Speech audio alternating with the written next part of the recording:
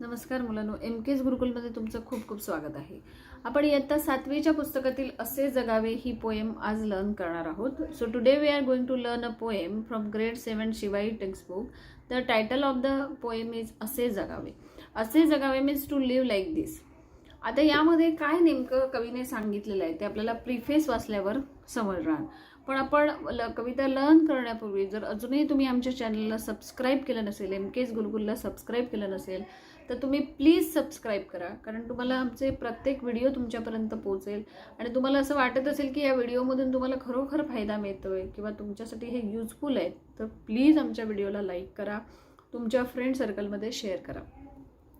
तर आता आपण असे जगावे ही पोएम बघूया. प्रस्तावना आहे म्हणजे preface.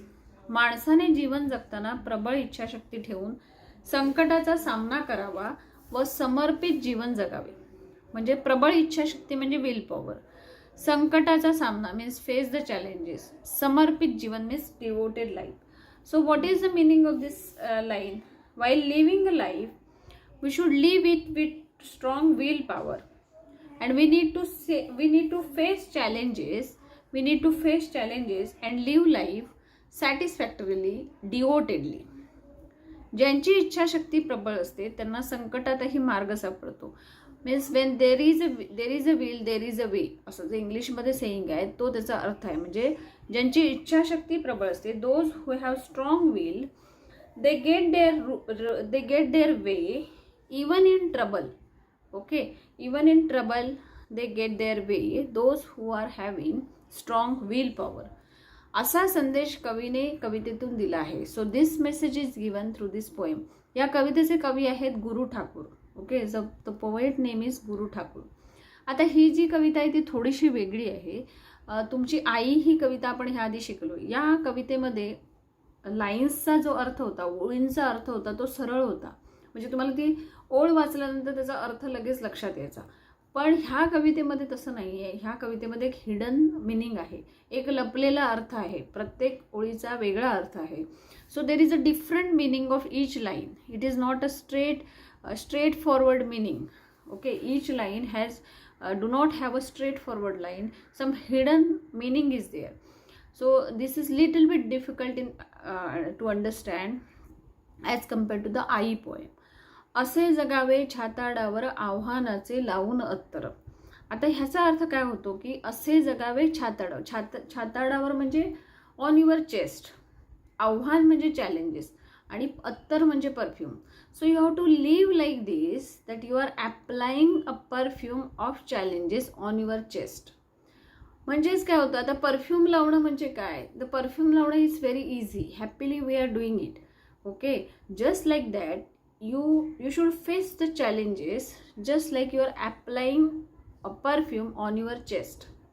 Okay, so the meaning is that live life with courage.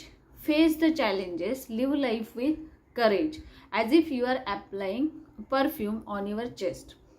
नजर रोखुनी नजरेमध्ये आयुष्याला द्यावे उत्तर.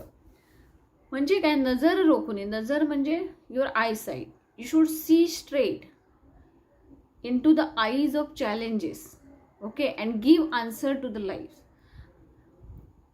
The meaning is that again you should not get afraid about any challenge, any obstacle, sorrows, pain in your life. Okay, you should be very confident. You should take it as a challenge and you have to give the answer to the life. That means you have to continue your life without getting afraid of the challenges. Next line. नको गुलामी नक्षत्रांची भीती आंधळी ताऱ्यांची. आता ह्याचा अर्थ काय होतो? गुलामी म्हणजे स्लेवरी, नक्षत्र म्हणजे constellations. Okay, so you should not get afraid of, असं यू शुड नॉट गेट. ह्याचा अर्थ असा डायरेक्टली नाही आहे की तुम्ही स्लेव होऊ नका. The meaning is that don't become a slave of your फेट. म्हणजे बऱ्याच वेळा आपण असं म्हणतो की माझ्या आयुष्यात एवढे प्रॉब्लेम्स आहेत, माझं नशीबच चांगलं नाही, असं आपण म्हणतो. Okay, sometimes we are blaming our fate for the problems or the obstacles in your life, challenges in your life. So the poet is telling that don't blame or become slave of your fate. Don't blame the fate or don't become slave of your fate, and don't restrict yourselves to the superstitions. म्हणजे आंधळी आपल्याला काही वेळा सांगितलं जातं, हां तुझं असं असं झालं म्हणून असं झालंय, किंवा हे असं केलं तर असं होणार. So this is the fear. So you should not fear about anything. You should not think about anything superstitiously. Okay, so the poet is telling that don't become slave of your fate, don't restrict yourself with superstitions. आयुष्याला भिडता नाही चैन करावी स्वप्नांची. आयुष्याला भिडता नाही. So even while facing the problems in your life, you should cherish your dreams. म्हणजे तुमची काहीतरी आयुष्यामध्ये ड्रीम्स आहेत आणि प्रॉब्लेम्स आले.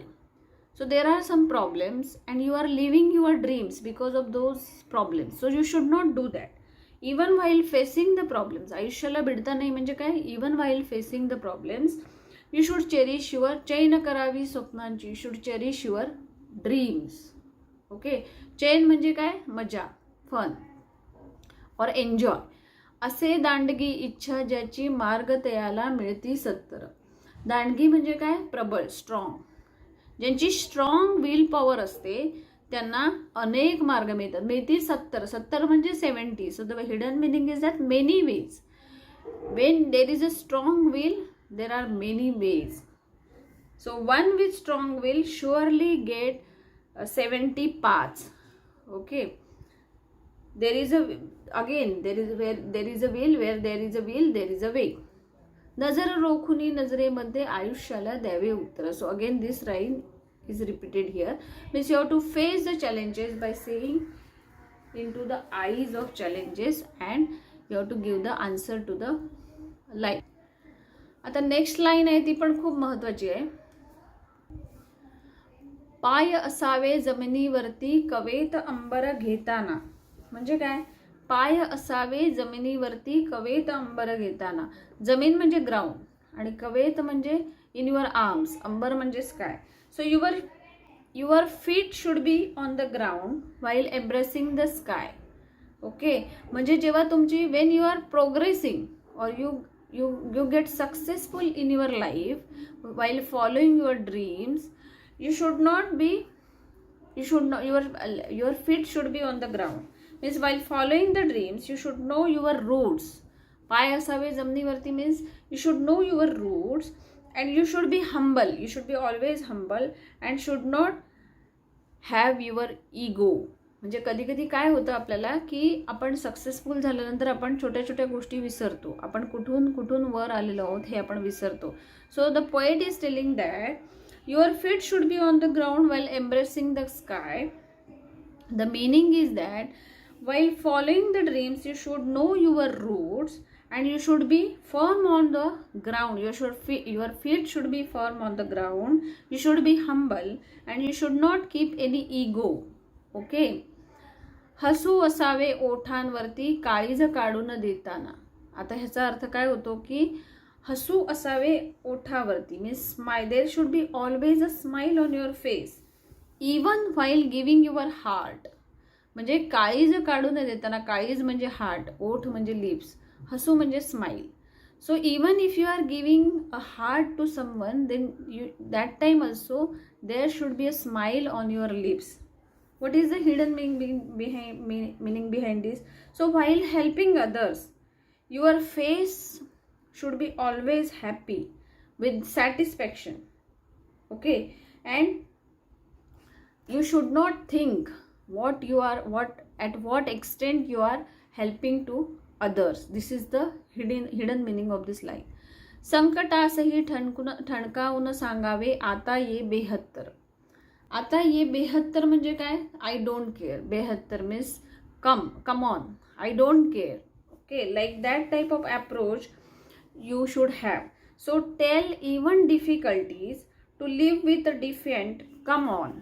Okay, you should strongly face the challenges and you should say all the problems, you should say to all your problems or challenges in your life that come on, I don't care, I will fight with you. That kind of attitude you should have. Okay, so ठणकावून सांगणे means firmly. You should tell the challenges very firmly that I am not afraid of you. I will live life bravely and you can come on at any time. I don't care. I will fight with you. नजर रोखुनी नजरेमध्ये आयुष्याला द्यावे उत्तर. Again, you have to face the challenges by seeing at their eyes and give the answer to the life. आता हे जे शेवटचा स्टँडचा आहे, शेवटचा कडवा आहे, ते पण खूप छान आहे, खूप मस्त हे आहे, त्याचा मिनिंग आहे. करून जावे असेही काही दुनियेतून या जाताना. म्हणजे आता आपण जो कोणी जन्माला येतो, the person who text birth, someday or one day he will go. That means death will be there. Okay, that meaning is there in this sentence. So whoever is born, who surely one day he will be go away from this that world. Okay, that means death is fixed for that person. Whoever is taking birth, death is also fixed for that person. So कवी काय सांगतोय की तुम्ही जाणार आहात एक दिवस. One day you will go from this world, but before going from this world you should do something good. करून जावे असेही काही दुनियेतून या जाताना. Do something in this world that makes the world miss you when you leave. म्हणजे करून जावे असेही काही दुनियेतून जाताना you should do something great or you should do something valuable while living this life, living this world. Okay, गहीवर यावा जगास साऱ्या निरोप शेवट देताना. So you should do something in your life good, so that when you leave this world, people will get emotional with your good deeds. So while saying you bye, or you giving you that farewell, that time even the harsh people, म्हणजे स्वर कठोर त्या काळाचाही क्षणभर व्हावा कातर कातर. You should do such a work that even the harsh people also get emotional at your farewell. नजर रोखली नजरेमध्ये आयुष्याला द्यावे उत्तर. Again, the poet is telling that you should face the challenges by seeing in the eyes of challenges, and you have to answer the life. So अशी ही खूप छान कविता आहे, पण त्याचा अर्थ थोडासा वेगळा आहे. You should understand each and every word and the hidden meaning behind this poem, then it will be very easy. म्हणजे हे लाईफबद्दल आहे, ही पोएम जी आहे ती लाईफबद्दल आहे. तुम्ही आता हळूहळू मोठे होत आहात. So there will be so many challenges, so many problems, so many obstacle. तुमचा आता अभ्यास आहे, तो सुद्धा अभ्यास तुमचा वाढत जाणार. So you should face it very happily. Okay, you should work hard, you should try hard, then it will be easy for you. थोडक्यात हा मेसेज आहे या पोएममधला. तुम्हाला ही कविता आवडली असेल, याचा अर्थ तुम्हाला समजला असेल, तर नक्की आमच्या व्हिडिओला लाईक करा. अजूनही तुम्ही व्हिडिओ सबस्क्राईब केले नसतील, चॅनलला सबस्क्राईब केले नसेल तर प्लीज सबस्क्राईब करा आणि तुमच्या फ्रेंड्समध्ये शेअर करा. धन्यवाद.